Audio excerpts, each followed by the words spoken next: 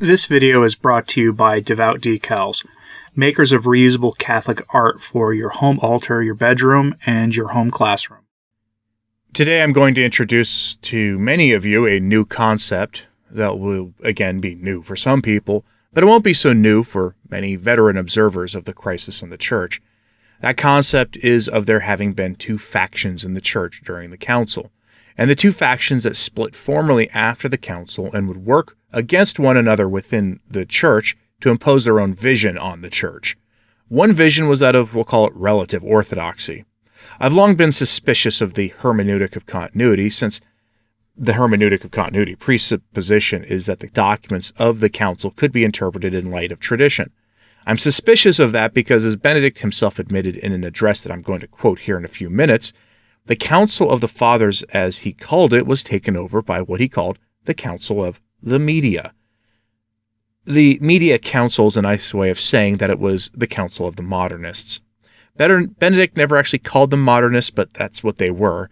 Some say he was himself one of them. I'll leave that judgment up to you, the viewer. Let me know if it's something you agree with in the comments or not. But in the years after the Council, one faction tried to rule the Church in a way that they believed was in continuity with what came before. That faction was represented by John Paul II and Benedict XVI. The other faction didn't really care much about continuity and wanted to sing a new church into being. That's the Media Council, as Benedict called it. Those are the modernists. And he called it that because of the influence of the secular media at the Council, which put external pressure on the Council to adopt radical changes. I rarely touch Vatican II anymore, honestly, because I'm not one who thinks that the Church was fine before Vatican II and then suddenly wasn't anymore after. The rot ran deep before Vatican II. It's why Pius X wrote Pascendi. It's why Leo XIII took these guys to task. The bishops who took the Council over and threw out the Orthodox documents at the Council and replaced them with dressed-up Universalist dare we hope all men are saved nonsense didn't come out of nowhere. They were the product of the infiltration in the Church long before the Council. But this concept is important to understand because in the aftermath of the Synod of Sin, various figures of the Synod and previous Synods are now invoking Vatican II and its true intentions. Benedict himself refutes these people making that claim, and I'll use him to do so. Let's take a look at the latest version of this claim itself, though. So, headline from America Magazine. Peruse Cardinal Barreto on what the Amazon Synod and Latin America can teach the entire Church. See, the Synod of Sin wasn't the first of the problematic synods. In 2013, we watched idols of demons get worshipped at the Pan-Amazon Synod, on the feast of St. Francis of Assisi, no less, all done in the name of ecumenical dialogue, care for our common home, inclusion, and later in the name of synodality. This bishop is quite rather pleased with himself and with the latest version of the synodal process, and he wants us to be reminded of what the Synod can teach the Church. So, from that article, quote, Cardinal Pedro Barreto, 79, the Archbishop of Huancayo in central Andes Mountains of Peru, rejoiced when the synthesis document of the first session of the Synod of Synodality recognized the Ecclesial Conference of the Amazon as, quote, an example of synodality. That is, of, quote, a model of being church that integrates communion, mission, and participation.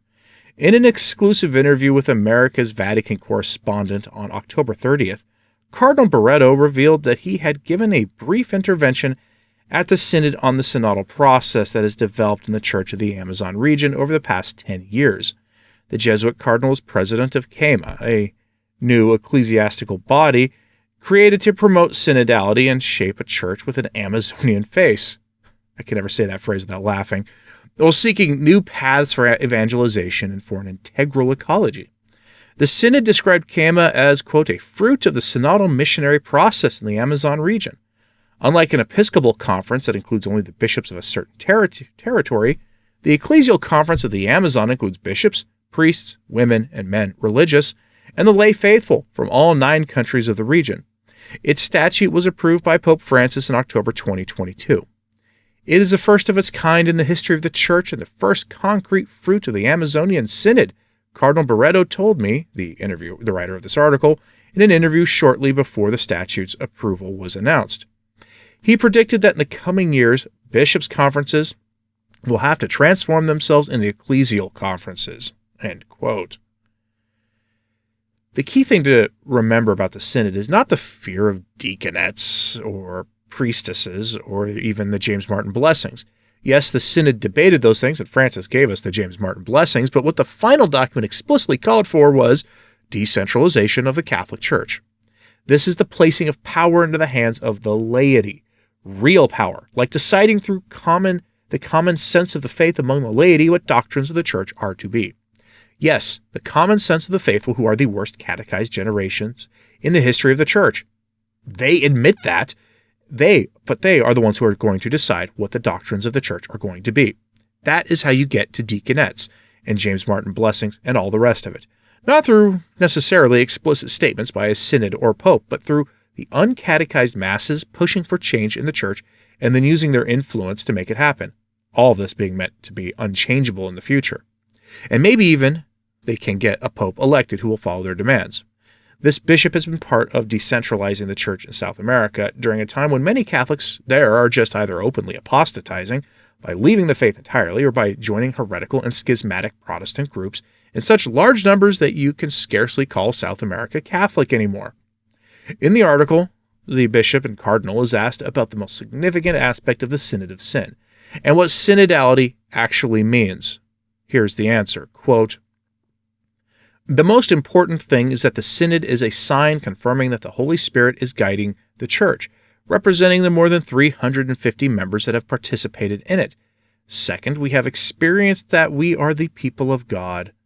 The very format, all being seated at 35 round tables, indicates that authority in the Church is service, and that the center is Jesus Christ, who sends us on mission at this moment in history. Third, it seems that we have to give back the richness of the synthesis document to the particular churches of the world to which we belong, to enrich it with a spiritual conversation, so as to have a second session with this new richness of the synodal process. That, meaning further studying synodality, is one of the proposals, because without a doubt, synodality is not an invention of Pope Francis. Even the Second Vatican Council does not use the word. Nevertheless, it speaks of the synod, but synodality, which is a recent word, expresses the identity of the primitive church. Jesus did not leave structures, he left people with his Spirit, who will remember what he announced and the way he announced it. First, to realize that we are all responsible for the mission of the church. Therefore, there is no baptized man or woman who is not called to this mission. Here we have to be realistic because there are many baptized people who lack formation. For example, if you ask a young man about the Second Vatican Council, he will look at you with a strange face. The same is true if you ask a young priest. Hence, Pope Francis has been very hard with the young priests who care more about clerical clothing than about closeness to the people of God. Why? Because they have forgotten or have not heard about or have not assimilated the teachings of Vatican II." End quote. This is a particular vision of Vatican II, by the way, even though I tend to think that the distinction is meaningless practically. But the bishop goes on to say you cannot understand Francis and his works without understanding Vatican II. So let's respond to this with Benedict XVI. In his final address to the bishops, given on February 14, 2013 in Rome, the Holy Father at that time spoke about Vatican II. He spoke extensively about the Council of the Fathers and the Council of the Media. If you're not aware of what happened, John the 23rd convoked a council almost immediately upon taking office in 1958, though he didn't announce it for some time. The council began in 1962. He and a few good, faithful bishops of the Church prepared several documents called preparatory schemas for the council to debate, with the expectation that Vatican II would last a total of 6 weeks, maybe 10 weeks at the outside. And I'm not trying to absolve John the 23rd here for his part in everything that came of it. Now, a few years ago, I put a few of those documents up on this channel. Those documents are far less ambiguous than anything that we would have gotten out of the council. Those documents and the works of the cardinals who helped John the 23rd, like Cardinal Ottaviani and Archbishop Lefebvre and a few others, represent what Benedict calls here the Council of the Fathers. The other side was what he called the Council of the Media, representing worldly bishops who organized together before the council, prepared for the council, and on the opening of the council rejected the documents brought to them as too rigid and representing the old way of thinking. That's the Media Council, called that by the media because they represented the vision of the world and the values of the world. Whether you disagree with or agree with what Benedict says here and think he was a great pope or one of the most guilty of the problems we have in the church now, let me know in the comments. But here's what Benedict had to say about the claim made by that cardinal, quote, "I would like to add yet a third point. There was the Council of the Fathers, the real council, but there was also the Council of the Media. It was almost a council apart, and the world perceived the council through the latter, through the media. Thus, the counsel that reached the people with immediate effect was that of the media, not of that of the fathers. And while the counsel of the fathers was conducted within the faith, it was a counsel of faith seeking intellectus, seeking to understand itself, and seeking to understand the signs of God at that time, seeking to respond to the challenge of God at that time, and to find in the Word of God a word for today and tomorrow. While all the counsel, as I said, moved with the faith, as fides quaerens intellectum, the counsel of the journalists, naturally, was not conducted within the faith, but within the categories of today's media, namely apart from the faith, with a different hermeneutic. It was a political hermeneutic. For the media, the counsel was a political struggle, a power struggle within the different trends in the church. It was obvious that the media would take the side of those who seemed to them more closely allied with their world. There were those who sought the decentralization of the church, power for the bishops, and then, through the expression, the people of God, power for the people, the laity. There was this threefold question: the power of the Pope, which was then transferred to the power of the bishops, and the power of all popular sovereignty. Naturally for them, this was the part to be approved, to be promulgated, to be favored. So too within the liturgy. There was no interest in liturgy as an act of faith, but as something where comprehensible things are done, a matter of community activity, something profane. And we know that there was a tendency, not without a certain historical basis, to say sacrality is a pagan thing, perhaps also a thing of the Old Testament. End quote. I'll have more from Benedict's address there to the bishops here in a moment. It's worth noting here something, though, that it is widely reported that in his final moments before expiring, Pope John the 23rd begged the bishops in attendance with him to stop the council. He begged them to stop the council. It's been widely reported. Now, why would he do that? Because the media council had completely taken over, and were issuing all kinds of nonsensical documents, including highly controversial documents like Nostra Aetate, Gaudium et Spes, and a few others that represent the minds of the media council, taking the crown off of Christ the King and declaring frankly that the church was now to be in service of the world. Not the world as in creation and all peoples, but to the world in the scriptural sense. And that's not a good thing.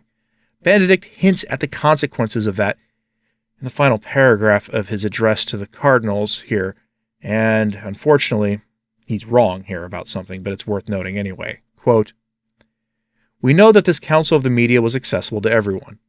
Therefore, this was the dominant one, the more effective one, and it created so many disasters, so many problems, so much suffering.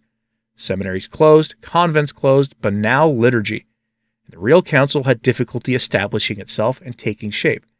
The virtual council was stronger than the real council, but the real force of the council was present and slowly but surely established itself more and more and became the true force, which is also the true reform, the true renewal of the church. It seems to me that 50 years after the council, we see this virtual council is broken, is lost, and there now appears the true council with all its spiritual force." End quote.